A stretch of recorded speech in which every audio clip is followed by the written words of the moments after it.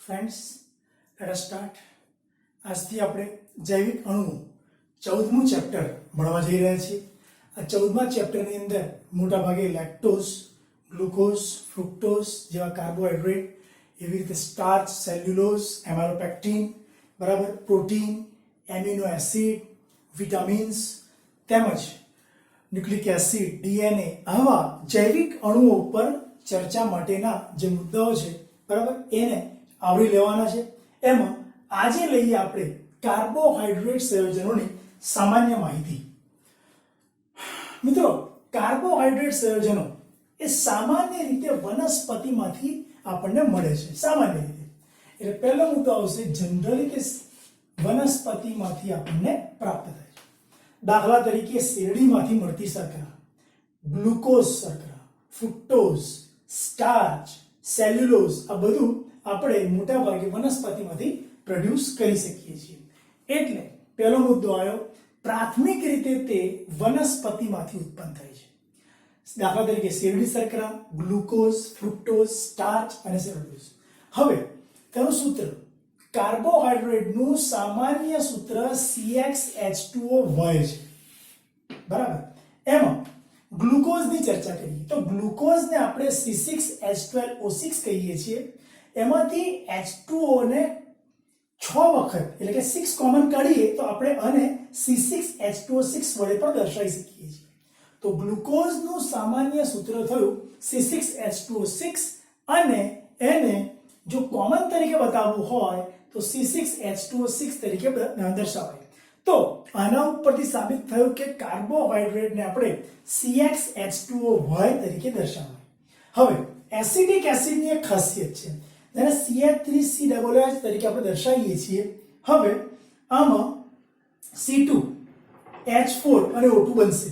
C4C2H4O2 બનશે એટલે C2H2O2 ને આપણે બહાર કરી લઈએ તો C2H2O2 બનશે. પરંતુ આ એસિડિક એસિડનો આ અણુ કાર્બોહાઈડ્રેટ તો નથી જ.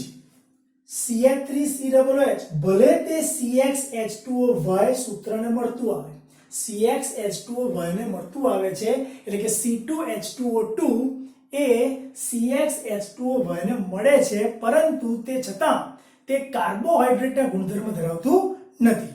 એવી રીતે રેમનોઝની એક ખાસિયત છે. રેમનોઝ C6H12O5 છે, એટલે કે તે કાર્બોહાઈડ્રેટ છે, પરંતુ સૂત્રને મળતું આવતું નથી. એટલે કે રેમનોઝ એ કાર્બોહાઈડ્રેટ હોવા છતાં CxH2O સૂત્રનું પાલન કરી શકતો નથી. એટલે કે તમે C6H12O5 માંથી H2 અને કોમન કાઢીને આવી રીતે બતાવી શકતા નથી. તો આપણી પાસે એક સારો ક્વેશ્ચન આવ્યો કે કયો કાર્બોહાઈડ્રેટ CxH2O નું પાલન કરતો નથી, સૂત્રનું પાલન કરતો નથી, અને કયો પદાર્થ એવો છે કે જે CxH2O નું પાલન કરે છે પરંતુ કાર્બોહાઈડ્રેટ નથી. તો મિત્રો આનો જવાબ આવશે અનુક્રમે રેમનોઝ અને એસિડિક એસિડ. મિત્રો, પ્રકાશ ક્રિયાશીલ પોલીહાઇડ્રોક્સીઆલ્ડિહાઇડ શબ્દ બરાબર યાદ રાખજો. પ્રકાશ ક્રિયાશીલ પોલીહાઇડ્રોક્સીઆલ્ડિહાઇડ એટલે એવો પદાર્થ કે જે સમતલ ધ્રુવીભૂત પ્રકાશના તલનું જમણી કે ડાબી તરફ કોણાવર્તન કરે, એને આપણે શું કહે છે? પ્રકાશ ક્રિયાશીલ પદાર્થ. પ્રકાશ ક્રિયાશીલ પોલીહાઇડ્રોક્સીઆલ્ડિહાઇડ અને પ્રકાશ ક્રિયાશીલ પોલીહાઇડ્રોક્સી કીટોન અને તેના જળ વિભાજનથી મળતા એકમો એ દરેક કાર્બોહાઈડ્રેટ સંયોજન તરીકે ઓળખાય.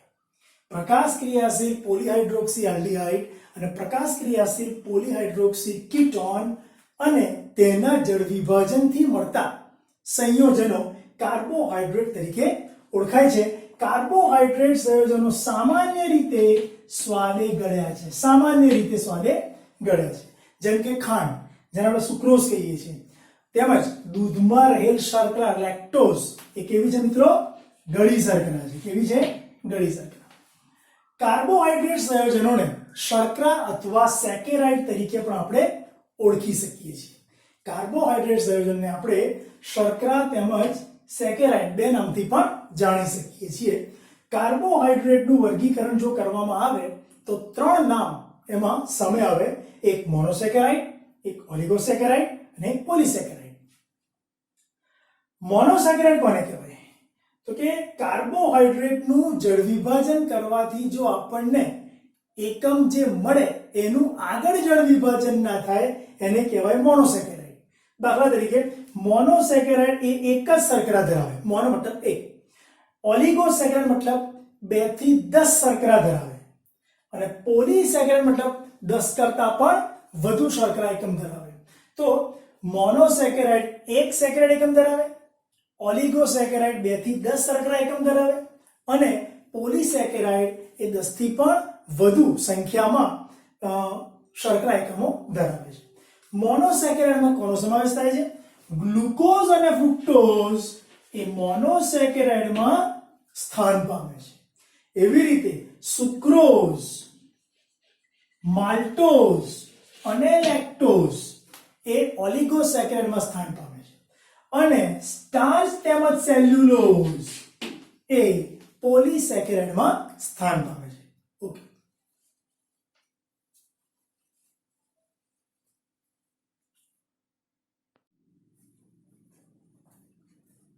મોનોસેકેરાઇડ, ઓલિગોસેકેરાઇડ અને પોલિસેકેરાઇડ એમાં આપણે વિસ્તૃત ચર્ચા કરીએ. એમાં મોનોસેકેરાઇડ પહેલા જોઈએ.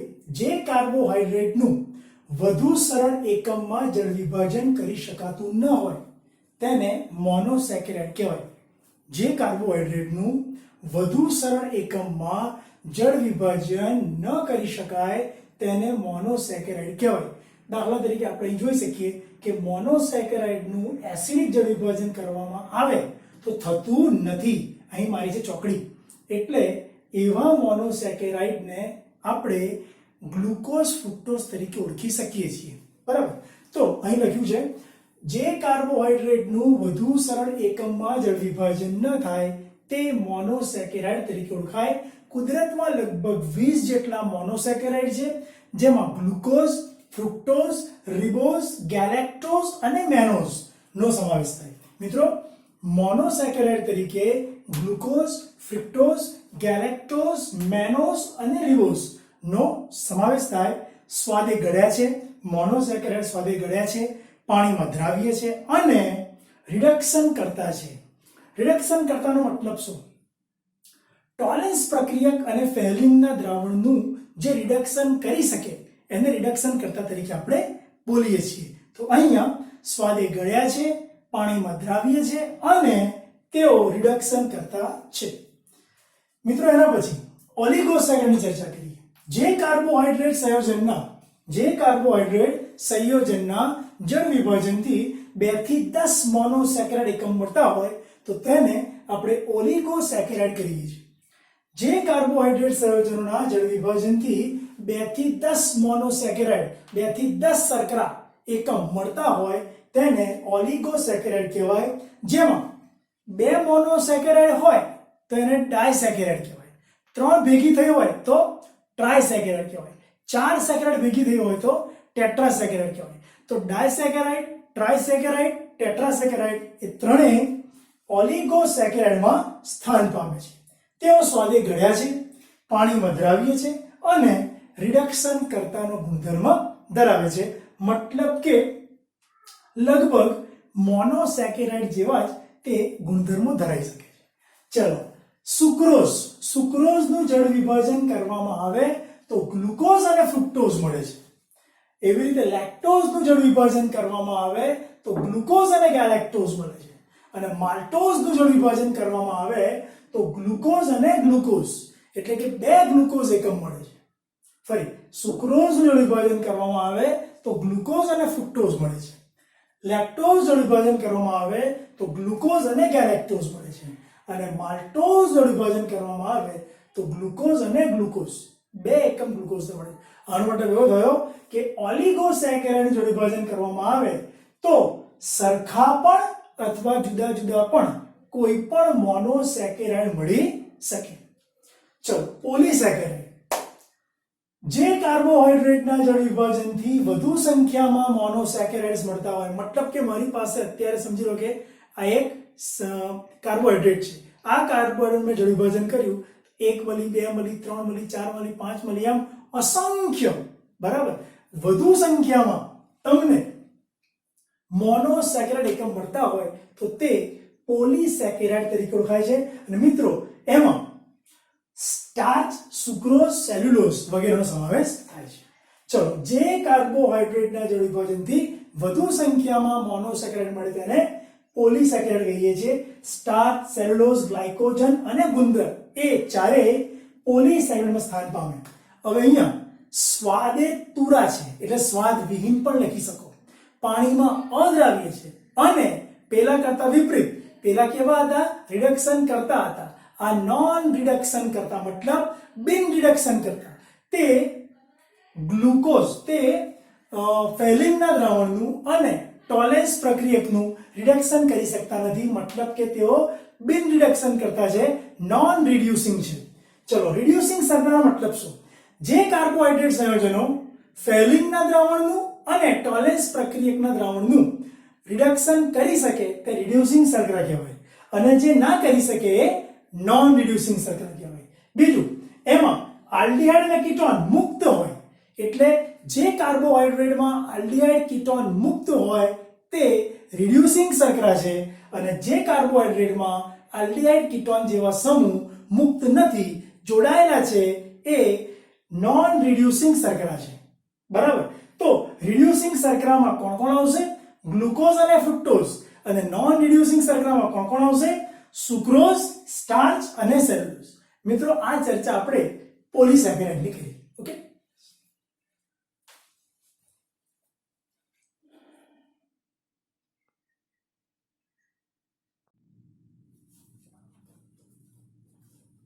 મિત્રો, જૈવિક અણુઓની અંદર આપણે આગળ વધી રહ્યા છીએ.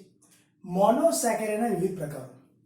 મિત્રો, મોનોસેકેરાઇડ એટલે કાર્બોહાઈડ્રેટનો એવો ઘટક કે જેનું આગળ જળ વિભાજન ન થાય, એને આપણે શું કહીએ છીએ? મોનોસેકેરાઇડ. જેને કહેવાય એક સુગર, એક શર્કરા. ચલો, મોનોસેકેરાઇડના જે વિવિધ પ્રકારો છે એમાં આલ્ડીહાઇડ સમૂહ પણ આવી શકે, કીટોન પણ આવી શકે. જો તમારી પાસે મોનોસેકેરાઇડ હોય, એમાં કાર્બન 3 હોય અને અંદર આલ્ડીહાઇડ હોય તો આલ્ડોટ્રાયોઝ. જો 4 કાર્બન હોય અને અંદર આલ્ડીહાઇડ હોય, આલ્ડોટેટ્રોઝ. જો 5 કાર્બન હોય અને આલ્ડીહાઇડ હોય, આલ્ડોપેન્ટોઝ. જો 6 કાર્બન હોય અને આલ્ડીહાઇડ હોય, આલ્ડોહેક્ઝોઝ. અને 7 કાર્બન હોય અને આલ્ડીહાઇડ હોય તો આલ્ડોહેપ્ટોઝ તરીકે આપણે એને ઓળખીએ છીએ. જે મોનોસેકેરાઇડમાં 3 કાર્બન હોય અને કીટોન હોય તે કીટોટ્રાયોઝ. જેમાં 4 કાર્બન હોય અને કીટોન હોય, કીટોટેટ્રોઝ. જેમાં 5 કાર્બન હોય અને કીટો હોય, કીટોપેન્ટોઝ. જેમાં 6 કાર્બન હોય અને કીટોન સમૂહ હોય, કીટોહેક્ઝોઝ. જેમાં 7 કાર્બન હોય અને કીટોન હોય, કીટોહેપ્ટોઝ. આ પ્રમાણની શર્કરાઓ અંદર હાજર હોય. તો મિત્રો, આ તમારે એમસીક્યુ લેવલનો એક સારો ક્વેશ્ચન નીકળી શકે. હવે જનરલી આપણે અને સામાન્ય શબ્દ તરીકે આલ્ડો કે કીટો ન બોલતા ટ્રાયોઝ, ટેટ્રોઝ, પેન્ટોઝ, હેક્ઝોઝ અને હેપ્ટોઝ તરીકે પણ બોલી શકીએ. તો મિત્રો, આ મોનોસેકેરાઇડ જે પ્રકાર છે એમાં મોનોસેકેરાઇડના પ્રકારમાં 3 થી લઈને 7 કાર્બન સુધીનો સમાવેશ થાય. જો અંદર આલ્ડીહાઇડ આપેલો હોય તો આલ્ડોઝ શર્કરા, અને કીટોન આપ્યો હોય તો કીટોઝ શર્કરા તરીકે ઓળખીએ છીએ. અને એમાંય 3 કાર્બનનો આલ્ડોઝ એ આલ્ડોટ્રાયોઝ, 4 કાર્બનનો આલ્ડોટેટ્રોઝ, 5નો આલ્ડોપેન્ટોઝ, 6નો આલ્ડોહેક્ઝોઝ, 7નો આલ્ડોહેપ્ટોઝ. એવી રીતે કીટોન 3નો કીટોટ્રાયોઝ, 4નો કીટોટેટ્રોઝ, 5નો કીટોપેન્ટોઝ, 6નો કીટોહેક્ઝોઝ અને 7નો કીટોહેપ્ટોઝ આપણે બોલી શકીએ છીએ. ઓકે મિત્રો, હવે આપણે આગળ વધીએ. ગ્લુકોઝની બનાવટમાં જઈ રહ્યા છીએ. આપણે ગ્લુકોઝ કઈ રીતે બનાવી શકીશું? તો મિત્રો, યાદ રાખજો, જનરલી આપણે ગ્લુકોઝ 2 રીતે મેળવી શકીએ. એક સુક્રોઝ એટલે કે શેરડીમાંથી, બરાબર, શેરડીમાંથી આપણે ગ્લુકોઝ મેળવી શકીએ. અને સેકન્ડ નંબર, સ્ટાર્ચમાંથી પણ આપણે ગ્લુકોઝ મેળવી શકીએ. જો અહીંયા આપણે સુક્રોઝની ફોર્મ્યુલા મૂકી છે C12H22O11, મતલબ કે સુક્રોઝનું, બરાબર, સુક્રોઝનું H+ ની હાજરીમાં જળ વિભાજન કરવામાં આવે. હવે H+ મતલબ શું? એસિડ તરીકે આપણે HCl પણ લઈ શકીએ, અને H2SO4 પણ લઈ શકીએ. તો સુક્રોઝનું જળ વિભાજન, એસિડિક જળ વિભાજન મંદ HCl વડે અથવા મંદ H2SO4 વડે કરવામાં આવે તો પાણીનો એક અણુ અંદર દાખલ થાય. ચલો મને કહો, હાઇડ્રોજન 22 હતા, એમાં 2 એડ થઈ ગયા, કેટલા થયા? 24 થયા. ઓક્સિજન 11 હતા, એમાં એડ થયો, કેટલા થઈ ગયા? 12. 12, 24, 12 એના 2 પાર્ટ પડ્યા, કેમ કે જળ વિભાજન થયું. એટલે C6H12O6 અને બીજો C6H12O6 એવા 2 ઘટક કણો મળ્યા. એમાં એકનું નામ છે ગ્લુકોઝ, બીજાનું નામ છે ફ્રુક્ટોઝ. તો ગ્લુકોઝ અને ફ્રુક્ટોઝના અણુસૂત્રો કેવા છે? સમાન.